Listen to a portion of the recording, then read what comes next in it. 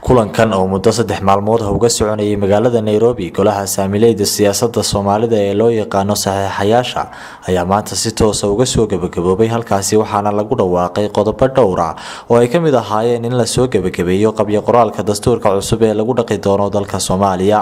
golaha saxiixayaasha ayaa muddooyinkan dambaba ku muransanaa qaab dhismeedka dastuurka cusub ee dalka Soomaaliya uu yeelan doono waxayna kulamo kala duwan ku yeesheen gudaha dalka Soomaaliya iyo wadamada Itoobiya, Djibouti iyo Kenya.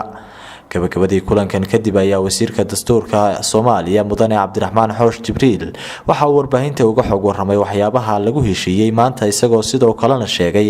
in go'aamo muhiim ah ay ka soo baxeen kulankani. maanta shirkii aan soo dhamaaday magaalada Nairobi shirkaas oo isugu yimaadeen saxiixayaashii roadmap-ka oo ujeedada ugu dambaysa laga lahaa ay ahayd in la soo dedejiyo dhamaystirka ku-meelgaarnimada si August meesha la gaaro looga baxo ku-meelgaarnimadan iyo in ugu dambaystii la soo bandhigo dastuurkii runtiina waxaa mahad iskale Ilaahay ka sokow madaxdii oo saxiixayaasha roadmap-ka oo heshiisyo badan 10 bilood la soo dhaafay ay galayeen ku soo wada heshiiyay waxyaalo badan oo asaasi ah gudiyada kala duwan oo qoraya dastuurkana ay ummadda Soomaalida la soo yeesheen wada tashi maantana aan ku soo bandhignay dastuurkii oo dhameystiran waxay tahayna maanta maalin taariikhi ah maxaa yeelay dastuurkan waxaa ballan qaaday charterkii 2004 oo ku taalay in la sameeyo dastuur dhameystiran si ummadda Soomaalida ay u noqoto ummad ku salaysan mabaadi dastuuri ah 8 sano soo jiitamaysay marka waxa guul ah inaan maanta soo bandhignay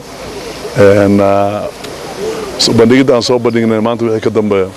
dastuurka dawladda ma laha gudiyaalna ma laha waxa iskale ummadda Soomaaliyeed iyo shakhsiyaasha Soomaaliyeed website-yada soo gelinayna maran dheereen iyagana iska lahaan doono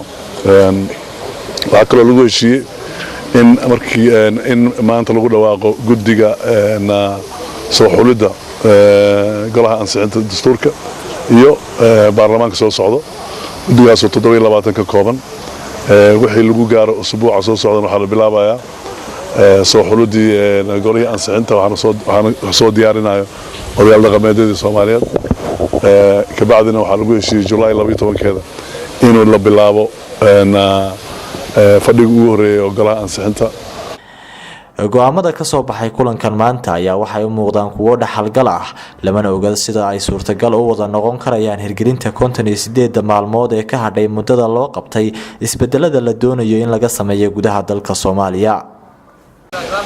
inkasta oo guddidan saxiixayaasha roadmap-ku ay kulamo hore ku soo qaateen wadamada dariska la ah Soomaaliya ayaa haddana kulankan waxaa lagu tilmaami karayaa kii ugu natiijada roonaa maadaama ay maanta ku dhawaaqeen inay si toos ah u soo gabagabeeyeen hawlihii ay inta muddada ku soo hawlanaayeen isla markaana ay dhawaan soo bandhigi doonaan dastuurka uu yeelan doono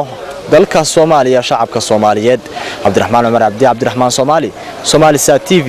Nairobi Kenya.